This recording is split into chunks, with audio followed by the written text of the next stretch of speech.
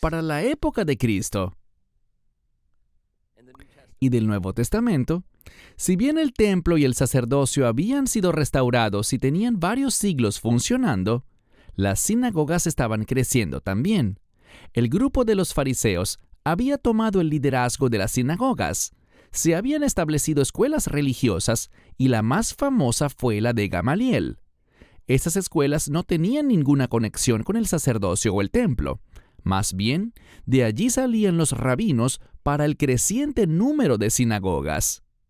Y lo más importante que debemos comprender es que la enseñanza en las sinagogas se centraba en la Torá oral, también conocida como tradición, o como Jesús una vez la llamó, tradición de los ancianos.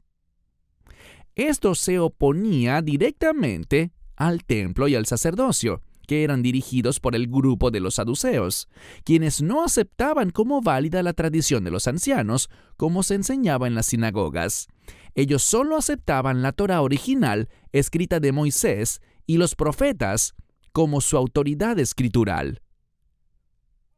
Pasemos a hablar del concepto de la Torá oral, o tradición, antes de volver al capítulo 6 de Hechos, para que partamos de una visión común.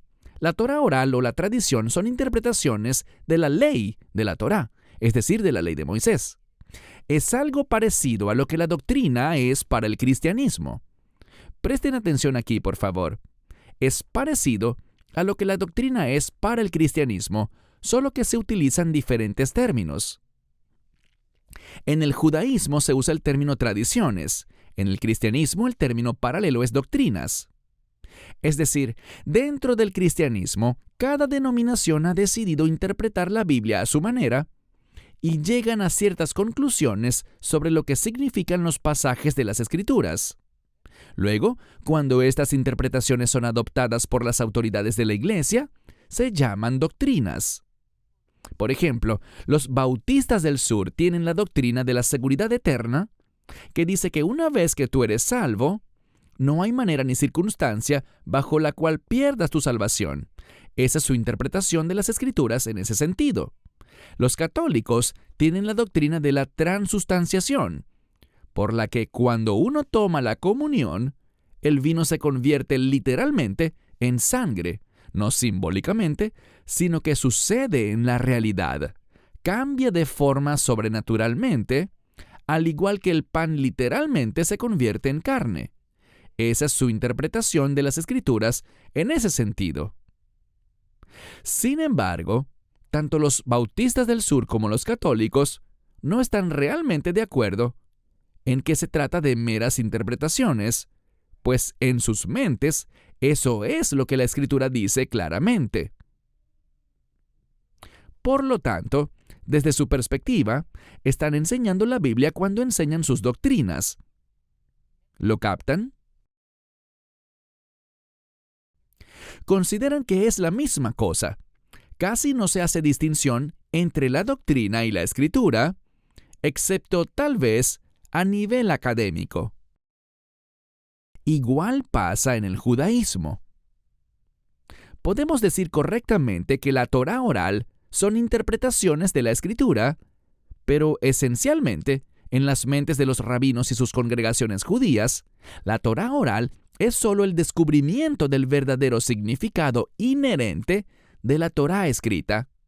Así que no hay diferencia entre la Torá escrita de Moisés y la Torá oral de los rabinos. Así lo ven ellos. Entonces, desde el punto de vista judío, toda interpretación dada por los rabinos judíos reconocidos en el Talmud era en realidad algo que Moisés había recibido de Dios en el monte Sinaí mucho tiempo atrás. Y con el tiempo, sabios y rabinos inspirados descubrieron estas verdades. No fueron recibidas en el sentido de que estas interpretaciones hubiesen sido escritas por Moisés, sino que las interpretaciones estaban ocultas, sobrenatural y orgánicamente contenidas, como decir, ocultas, dentro de las letras de la Torá. De la misma manera que el fruto de un árbol está contenido de forma oculta dentro de la semilla de la que vino el árbol.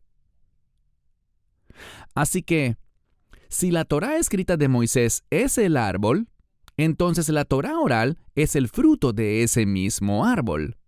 Y como ambos provienen de la misma semilla, entonces son esencialmente de una sustancia divina idéntica. Esa es la lógica. Y aunque ese concepto podría sonar extraño para los gentiles, les aseguro que es solo por los términos que se usan en el judaísmo. Si yo les diera como ilustración que la Biblia es el árbol y las doctrinas de la iglesia cristiana son el fruto del árbol, y como ambos provienen de la misma semilla y la semilla es Dios, entonces son orgánicamente inseparables y en esencia son de la misma sustancia divina. Lo que acabo de decirles es generalmente la posición de la iglesia sobre sus doctrinas, incluso si no están conscientes de ello. Es decir, no hay diferencia discernible entre la Biblia y las doctrinas de la iglesia. Si la iglesia enseña su doctrina, ellos sienten que están enseñando la Biblia. Si las sinagogas enseñan sus tradiciones, ellos sienten que están enseñando la Torá. Y si bien no estoy de acuerdo con esa postura de la iglesia o de la sinagoga, algunos lucharían hasta su último aliento para defenderla. Lo que acabo de decirles no suele expresarse a la congregación dentro del cristianismo. Más bien se toma como un hecho que no necesita ser expresado.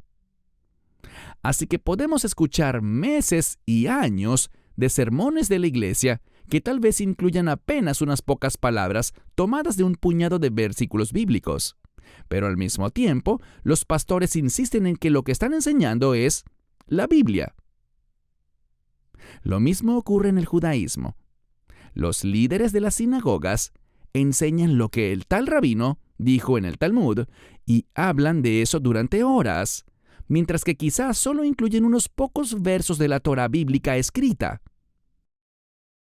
Pero al final del día, insistirán en que ellos están enseñando la Torá bíblica escrita. Esta perspectiva rara vez se cuestiona porque representa un par de miles de años de costumbre. Espero que estén captando la idea.